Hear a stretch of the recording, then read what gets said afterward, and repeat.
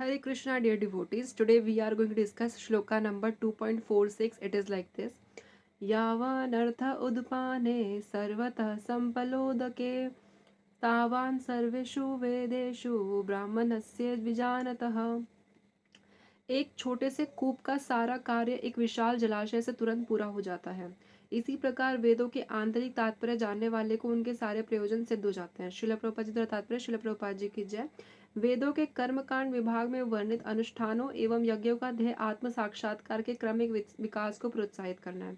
तो वेदों में जो कर्म कांड का पर्टिकुलर हिस्सा है उनका काम क्या है, उसमें जो बताए गए अनुष्ठान है और जो यज्ञ है उनका मेन मोटिव क्या है, उनका मेन मोटिव है आत्म साक्षात्कार यानी कि सेल्फ रियलाइजेशन के क्रमिक विकास को। क्योंकि कोई भी चीज़ धीरे धीरे हम सीखते हैं। हम तुरंत ही इंग्लिश बोलना नहीं सीख जाते। पहले हम अल्फ़ाबेट सीखते हैं, फिर हम थोड़ा सा वर्ड सीखते हैं, फिर हम फ्रेजेस सीखते हैं, फिर ऐसे करते करते हम पैराग्राफ सीखते हैं, पोएम सीखते हैं, फिर हम धीरे धीरे अच्छे से इंग्लिश में बात करना सीख जाते हैं। तो हर चीज़ का एक असेंडिंग ऑर्डर होता है, छोटे से बड़े की ओर जाते हैं हम। जैसे बोलते हैं बूंद बूंद से सागर भरता है, या कोई भी छोटी छोटी चीज़ से आप बड़ा एक्यूमुलेशन करते हो। जैसे बड़े बड़े बिलियनर्स बोलते हैं कि the success is the total of sum of your all like work you have done in the complete day. यानी कि आपकी सक्सेस वही है कि जो आपने पूरे दिन में काम किया उसी को आप अगर टोटल कर लोगे तो दैट इज़ योर सक्सेस। तो उसी प्रकार से जो है ये क्या है, जो वेदों के कर्मकांड विभाग है उसमें जो वर्णित अनुष्ठान एवं यज्ञ है उनका मेन मोटिव है आत्म साक्षात्कार यानी कि सेल्फ रियलाइजेशन के क्रमिक विकास को क्या करना है, प्रोत्साहित करना है, मोटिवेट करना है कि आप धीरे धीरे अपने आप को जानो, धीरे धीरे आप आत्म साक्षात्कार की ओर बढ़ो, सेल्फ रियलाइजेशन की ओर बढ़िए। और आत्म साक्षात्कार का ध्येय भगवत गीता के 15वें अध्याय में 15.15 में इस प्रकार स्पष्ट किया गया है। और जो सेल्फ रियलाइजेशन है उसका जो ध्येय है, मोटिव है, वो भगवत गीता के कि इस बुक में श्रीमद् भगवत गीता के 15वें अध्याय 15th ऑफ चैप्टर में 15.15 श्लोक में 15 चैप्टर के 15 श्लोक में बताया गया है कुछ इस प्रकार से। वेद अध्ययन का ध्येय जगत के आदि कारण भगवान श्री कृष्ण को जानना है। यानी कि जो आप वेदों को पढ़ते हो, जो 4 वेद है आपके, अथर्ववेद, सामवेद, यजुर्वेद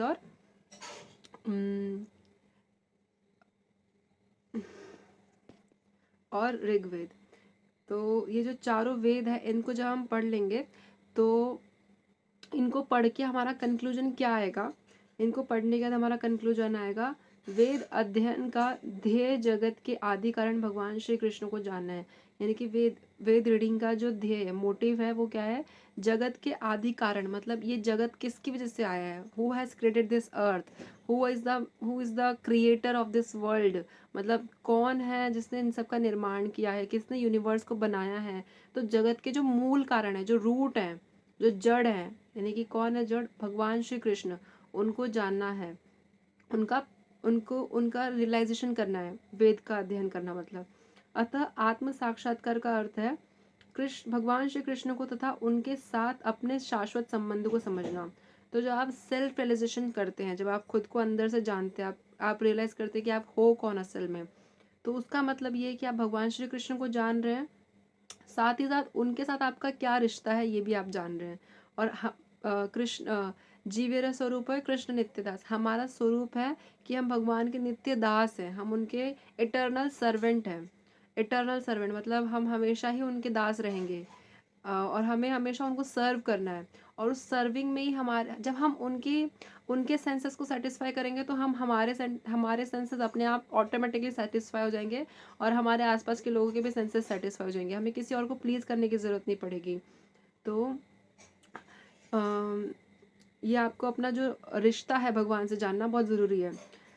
भगवान श्री कृष्ण के साथ जीवों के संबंध का भी उल्लेख भगवद गीता के 15वें अध्याय में 15.7 में ही हुआ है। तो भगवान श्री कृष्ण का जो जीव है, यानी कि हम लोग जो बद्ध जीव है, हमारे सबके साथ जो है उनका क्या रिश्ता है, क्या संबंध है, इसका भी उल्लेख कहाँ पे किया गया है, भगवद गीता के 15th चैप्टर में 15th चैप्टर 7th श्लोक में हुआ है। जीवात्माएं भगवान के अंश स्वरूप है। मैंने पहले ही बताया था हम कौन है। जैसे भगवान श्री कृष्ण एक ओशन है, तो हम क्या, एक छोटी सी ड्रॉप है, एक छोटी सी ड्रॉप से भी छोटे हैं हम। तो भगवान अगर पूरा ओशन है तो हम उसकी एक छोटी सी ड्रॉप है, और उसके उसके उसके भी आप, हम बहुत छोटे हैं, बट आप मान लीजिए कि आप एक छोटी सी ड्रॉप है। तो जीवात्मा भगवान के अंश के स्वरूप है, हम उनका एक छोटा सा पार्ट एंड पार्सल है, एक छोटा सा पार्ट एंड पार्सल है। अतः प्रत्येक जीव द्वारा कृष्ण भावनामृत को जागृत करना वैदिक ज्ञान की सर्वोच्च पूर्णावस्था है। तो हर इंसान का क्या काम है, हर इंसान का क्या है, हर प्रत्येक जीव का अतः प्रत्येक जीव द्वारा कृष्ण भावनामृत को जागृत करना, मतलब कृष्णा कॉन्शियसनेस को क्रिएट करना वैदिक ज्ञान की सर्वोच्च पूर्णावस्था है। यानी कि इसका मतलब है कि जब आपके अंदर कृष्णा कॉन्शियसनेस आ जाएगी, इसका मतलब है कि आपने वैदिक जो 4 वेद है उनको क्या है, उनका पूर्ण ज्ञान आपको हो गया है। वैदिक ज्ञान की सर्वोच्च पूर्णावस्था यानी कि हाईएस्ट टॉप मोस्ट जो पूर्णावस्था है उस पर आप पहुंच जाएंगे। श्रीमद् भागवत में 3.33.7 इसकी पुष्टि इस प्रकार हुई है। तो अगर आप श्रीमद् भागवतम पढ़ेंगे उसमें थर्ड कैंटो में 33 चैप्टर में 7th श्लोक इसकी पुष्टि इस प्रकार हुई है। अहो बत श्रपचोतो गरियानः यजी हाग्रे वर्तते नाम तुभ्यं ते पुस्तपस्ते जुहुवुः सश्रुरार्य ब्रहानु चूर्णानम गृह्णन्ति येते। हे प्रभु, आपके पवित्र नाम का जाप करने वाले भले ही चांडाल जैसे निम्न परिवार में क्यों न उत्पन्न हुआ हो, किंतु वह आत्म साक्षात्कार के सर्वोच्च पद पर स्थित होता है। तो अगर मान लो हम बहुत ही खराब स्थिति में हैं, मतलब भगवान को आप ऐसा समझ सकते हो कि भगवान के धाम, मतलब भगवान के शेल्टर में जाना इज लाइक हॉस्पिटल में जाना। हम सभी बीमार हैं, वी ऑल आर डिजीज, हम सभी बीमार हैं और हमें जो है हॉस्पिटल ठीक कर सकता है, नहीं कि मंदिर ठीक कर सकता है।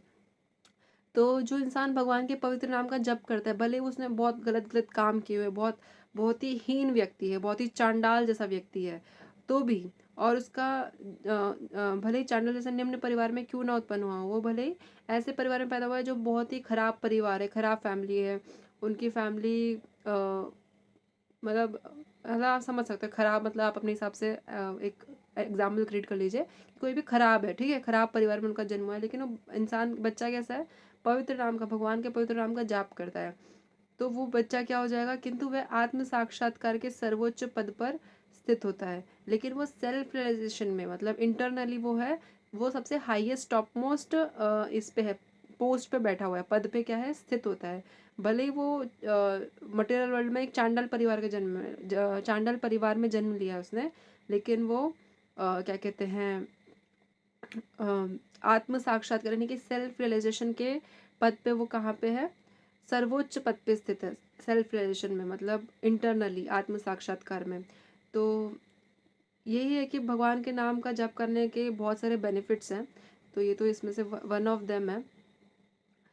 क्योंकि भगवान का पवित्र नाम आपको जो है बहुत सारी चीज़ों से मुक्त कर देता है। मतलब हमने बहुत सारे पाप किए, मतलब मैं इस जन्म की बात नहीं कर रही हूँ, मनुष्य जन्म इंसान को मिलता है जब वो 84 लाख योनि में भटक के आता है। 84 लाख योनियाँ, जैसे आप पेड़ देखते हो तो there is not only one type of tree, there are various types of tree, there is not only one type of fish, there are various types of fish, and there are in uncountable organisms inside the water, on the land, in the air, there are so many kinds of birds. So 84 lakh species में घूमने के बाद हमें मिलता है मनुष्य जीवन, और वो मनुष्य जीवन हमें इसलिए मिलता है क्योंकि ताकि हम इस मनुष्य लाइफ में, जो प्रीशियस लाइफ है, इसमें भगवान की भक्ति करके वापस उनके घर जा सके। क्योंकि भगवान इतने अच्छे हैं कि हम पहले उनके धाम में ही थे, हम लोग उनके ही पार्ट एंड पार्सल हैं, तो हमारी सोल उन्हीं के धाम में थी। लेकिन हमारी ऐसी इच्छा हुई कि हमें जो है पता नहीं पृथ्वी पे क्या अच्छा लग गया, या हमें बोलते ना, हमें ऐसा लगा कि हम भोगता राम है, मतलब हमें कुछ भोगना है, तो इसलिए हमने वो इच्छा की और भगवान ने बोला कि जाओ जाओ तुम पृथ्वी पे जाओ। लेकिन हमें नहीं पता था कि एक तरह का जेल है, it is like a jail, और इसकी जेलर कौन है, माया देवी है, और वो एक स्ट्रिक्ट टीचर है। अगर वो जो है बहुत ज़्यादा सरेंडर है, कृष्णा को 100% सरेंडर है। तो अगर हम जो है अच्छे से, अगर मतलब माया देवी हमारा टेस्ट लेती है, अगर आप भक्ति करोगे तो भी माया देवी आपका टेस्ट लेगी। आपको जो है आपको आपको तरह तरह की शिक्षा, मतलब आपकी परीक्षाएं ली जाएगी हर एक पड़ाव पे, कि वो टेस्ट करना चाहते हैं कि आप सच में खरा सोना हो कि नहीं, आप सच में अच्छे डिवोटी हो कि नहीं, कि आप ऐसे ही दिखावा कर रहे हो भगवान की भक्ति करने का, कि मतलब ऐसे ही, मतलब वो टेस्ट करना चाहते हैं कि आप मतलब रियल में भगवान की भक्ति करो कि सिर्फ आपके ऊपर ऊपर का दिखावा है। तो ये माया देवी आपका अच्छे से टेस्ट लेती है। और इसी के साथ ये है कि जो इंसान, जैसे कि यहाँ पे लिखा गया कि जो भगवान का नाम जप करता है, भगवान के पवित्र नाम का जप करता है, वो भले ही बेचारा किसी भी खराब स्थिति में, जैसे प्रहलाद महाराज ने हिरण्यकशिपु के यहाँ पे जन्म लिया था, उसके पापा इतने बड़े राक्षस थे, पृथ्वी का सबसे बड़ा राक्षस था वो अपने टाइम में, और उसके पास किस चीज़ की कमी नहीं थी, सब कुछ था उसके पास, लेकिन उनको भगवान विष्णु से मतलब उनको एनवियसनेस थी भगवान विष्णु से, और वो खुद खुद को भगवान बोलते थे कि मैं भगवान हूँ, और वो सभी को बोलते थे मेरी पूजा करो, मेरी पूजा अर्चना करो हिरण्यकशिपु। लेकिन उनके बेटे को पता था, प्रहलाद महाराज को, कि ये भगवान नहीं है, भगवान सिर्फ एक है, वो है नारायण है। तो उन्होंने हमेशा नारायण जी का नाम लिया। और हिरण्यकशिपु ने क्या क्या नहीं किया उनके साथ, कि उनको कितना कितनी यातनाएं दी, कितना कितना पीड़ा दिया, अपने खुद के बेटे को उन्होंने इतनी सारी प्रॉब्लम्स में डाला, जैसे बस वो मारना चाहता था, क्योंकि उसके एनवियसनेस क्रिएट हो गई थी ना उनको। लेकिन जो है भगवान अपने अपने अपने जो, अगर आप भगवान में बिलीव करो जैसे प्रहलाद महाराज ने किया, तो हिरण्यकशिपु के, जब हिरण्यकशिपु ने बोला प्रहलाद महाराज को कि क्या तुम्हारे भगवान हर जगह पे हैं, तो प्रहलाद महाराज ने बोला हाँ मेरे भगवान हर जगह पे हैं। तो उन्होंने बोला कि क्या इस खंबे में भी तुम्हारे भगवान हैं, तो प्रहलाद महाराज ने बोला हाँ इस खंबे में भी मेरे भगवान हैं। तो जस्ट बिकॉज भगवान तो चाहे तो भगवान एक सेकंड में हिरण्यकशिपु को हार्ट अटैक देके मार सकते हैं, कुछ भी करके मार सकते हैं, भगवान के लिए it is very normal and very small task to kill Hiranyakashipu. But just to prove Prahlad Maharaj statement, कि प्रहलाद महाराज ने बोल दिया कि हाँ मेरे भगवान इस खंबे में है, तो भगवान उस खंबे से प्रकट हो गए, just to show the world कि how much he loves his devotees, how much he is मतलब कितना कितना रेसिप्रोकेट करता है अपने डिवोटीज के साथ। तो जस्ट प्रहलाद महाराज ने बोल दिया कि हाँ इस खंबे में मेरे भगवान है, तो भगवान उस खंबे से प्रकट हो गए, और फिर तो उन्होंने हिरण्यकशिपु के साथ जो किया आप सभी जानते हैं। तो भगवान वैसे ही आपके साथ रेसिप्रोकेट करेंगे जैसा आप उनके साथ करोगे। हिरण्यकशिपु ने जैसा उनके साथ किया था, हिरण्यकशिपु को वैसे ही रेसिप्रोकेशन मिला। प्रहलाद महाराज ने जैसे किया था, तो प्रहलाद महाराज को वैसे मिला। तो यही सेम भगवान है, नरसिंह भगवान सेम है, लेकिन उनकी एक गोदी में प्रहलाद महाराज बैठे हुए हैं, इंजॉय कर रहे हैं, खुश हैं, और वहीं पे उनकी गोदी में हिरण्यकशिपु को उन्होंने अपने नाखूनों से जो है उसका पेट फाड़ दिया। तो इट इज़ लाइक दिस, कि हम जो डीड्स करेंगे हमें वैसे ही भगवान भी रेसिप्रोकेट करेंगे। अगर हम अच्छी चीज़ें करेंगे और लोगों के लिए अच्छा करेंगे तो हमारे साथ भी अच्छा होगा। तो इट इज़ लाइक दैट। तो आपको जो है सोच समझ के कोई भी काम करना चाहिए। और आज मैंने एक और चीज़ सीखी, कि इंसान जब खुद की तारीफ़ करता है, खुद की तारीफ़ इंसान को कभी नहीं करनी चाहिए। आपको कभी खुद की तारीफ़ नहीं करनी चाहिए। आपको हमेशा खुद के लिए, खुद के अंदर दोष ढूंढना चाहिए कि मेरे अंदर क्या क्या दोष है, और कभी भी दूसरों में दोष नहीं ढूंढना चाहिए कि इसमें ये फॉल्ट है उसमें। क्योंकि हमारी बहुत गंदे आदत लग गए आजकल, जिस दुनिया में हम लोग रह रहे हैं, हम क्या करते हैं एक दूसरे के फॉल्ट्स फाइंड आउट करते हैं। नहीं, हमें दूसरे के फॉल्ट्स नहीं ढूंढने, हमें खुद के फॉल्ट्स ढूंढने हैं, कि यार मेरे अंदर ये खराबी है, मुझे ये सही करना है, मेरा ये बैड हैबिट है, मुझे चेंज करना है। क्योंकि बहुत सारे दोष हमारे अंदर है, तो हमें खुद के दोष फाइंड आउट करने हैं हमेशा। और कभी भी खुद की तारीफ़ नहीं करनी चाहिए, क्योंकि जो इंसान खुद की तारीफ़ करता है वो मतलब एक गलत काम कर रहा है। आपको मैं अभी इसको अच्छे से बता नहीं पा रही हूँ, लेकिन खुद की तारीफ़ नहीं करनी चाहिए, और हमेशा खुद के दोष ढूंढने चाहिए। कभी भी आपको ऐसा लगता है, और दूसरों के दोष नहीं ढूंढने चाहिए। आप जब भी कभी भी किसी और के दोष ढूंढ रहे हैं, इसमें ये खराब है, उसमें वो खराब है, इसकी नाक ऐसी है, ऐसी ऐसे, anything which you are not liking about other person, you should not do that thing. आप बस खुद के कमियां देखो, कि हाँ मैं ये भी अपने आप में इम्प्रूव कर सकती हूँ। हाँ मेरी पढ़ाई अभी मैं 1 ही घंटा कर पा रही हूँ, तो मैं कोशिश करूँगी कि मैं उसको 1.5 घंटा करूँ। हाँ मैं मम्मी की हेल्प थोड़ी सी कर पा रही हूँ, मैं कोशिश करूँगी कि मैं इससे ज़्यादा करूँ। मैं थोड़ा कम ही टाइम निकाल पा रही हूँ भगवान की सेवा के लिए, मैं कोशिश करूँगी थोड़ा और टाइम निकालूँ। आज मैं भगवान के लिए सिर्फ एक ही भोग बना पाई, मैं कोशिश करूँगी कल और ज़्यादा 2 भोग बनाऊँ। तो ऐसे आप खुद की कमियाँ ढूंढो और खुद को इम्प्रूव कीजिए। दुनिया को इम्प्रूव करने में मत जाओ कि इसमें ये कमी है, इसमें वो कमी है।